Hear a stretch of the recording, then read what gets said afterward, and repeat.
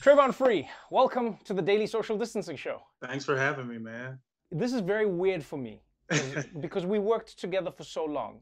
You know, you were one of the writers who was with me when I kicked off the Daily Show, and now here you are being interviewed on my show because you have been nominated for an Oscar for the short film Two Distant Strangers. First of all, congratulations. Second of all, I feel like I get a percentage of it in some way, don't I? I was gonna throw you in my thank yous if things go well, but I don't know if they'll allow me to slice it up and give you a piece. But for real, man, congratulations.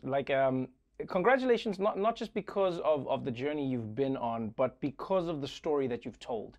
You know, Two Distant Strangers is a short film that has just been met with so much critical acclaim. You know, people are loving it. It just came out on Netflix. It's essentially the worst kind of Groundhog Day of a young black man who wakes up every single day and cannot find a way to not get shot by the police. Tell me a little bit about the story and why you thought we would need to hear this in a world where it's a reality every single day.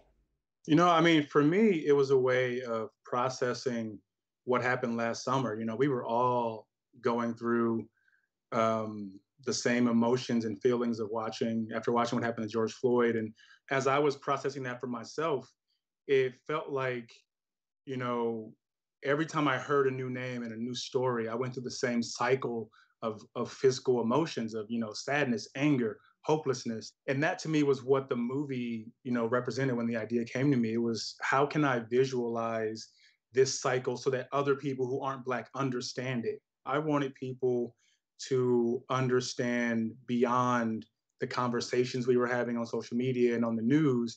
When you watch the movie, you can't argue with the screen. You have to just accept what's happening to you. Right. You have to take that journey. You're put into Carter's shoes, and you have no choice but to follow that protagonist through the story.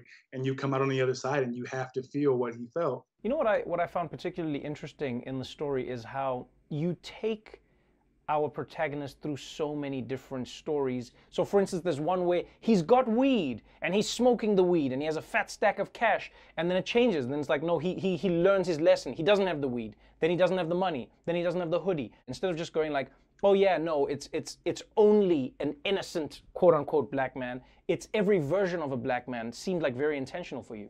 Yeah, I wanted him to represent, all the different instances we've seen of people having done those various things: change your clothes, pull your pants up, take the jacket off. Right. All the things that we've heard before, to prove the point that it doesn't matter. Like, it really doesn't matter. Everything looks like a gun to a police officer. A Subway sandwich, a cell phone, your keys, like everything looks like a gun. And so there's no real way for us to combat that with our own behavior. And so the point that, I'm trying to make to people watching is, they have to change their behavior. It's not on us. Like, you keep telling us what to do. You keep telling us, if we had only done this, if we had only done that. It's like, if they had just not shot the person, if Right. they had been better trained, if they had just not reacted to the color of my skin, a lot of these people would still be alive. One of the aspects of the film that really hit home for me, because it felt like a larger commentary on the system versus the people, was how you have this young black man, Carter, who then goes, you know what? Let me make friends with the cop. Maybe that's the solution. And what was really interesting is how that still didn't work. And for me, I remember sitting there going like, man, I hoped it would work, even though it was a movie. I hoped it would work. And I think a lot of people are in that space where they go, well, maybe if, the communities just connect with police officers, then maybe it'll get a little better. What were you trying to tell the audience through that medium in the film? Can you think of any time, Trevor, you've ever seen the police go to a white neighborhood to play basketball with the white kids in order to keep from, like, having to shoot them?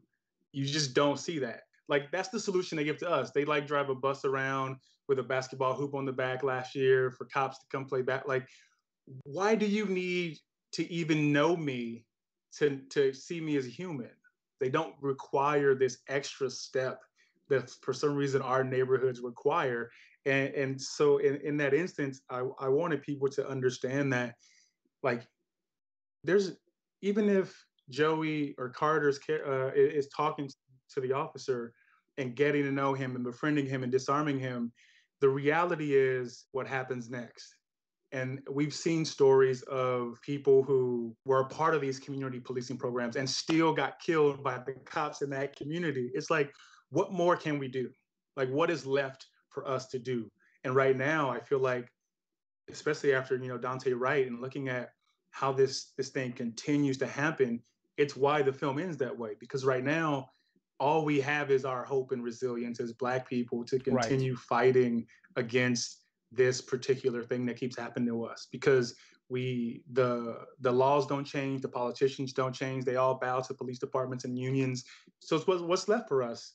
To just wait, to like wait our turn, to wait to be the hashtag, to wait to be, the name on a sweater. Like it's really, when you think about it, sometimes it's really depressing, but you have to, you just have to believe that you'll find a solution, because if you don't, then you just lay down and die. And that's not who we are. It's never been who we are or who we Yeah. were. It's a it's a good movie in and of itself. It's a great short film, but I think because it speaks to the times is probably one of the biggest reasons that people are finding it resonating with them so much. I wish you the best, and I hope you remember to mention me, because that is the most important part of winning, is that the people who you were with, the people who helped you get there. But for real, man, congratulations, my friend. Thank you so much for a great film, and good luck. Thanks, Trevor.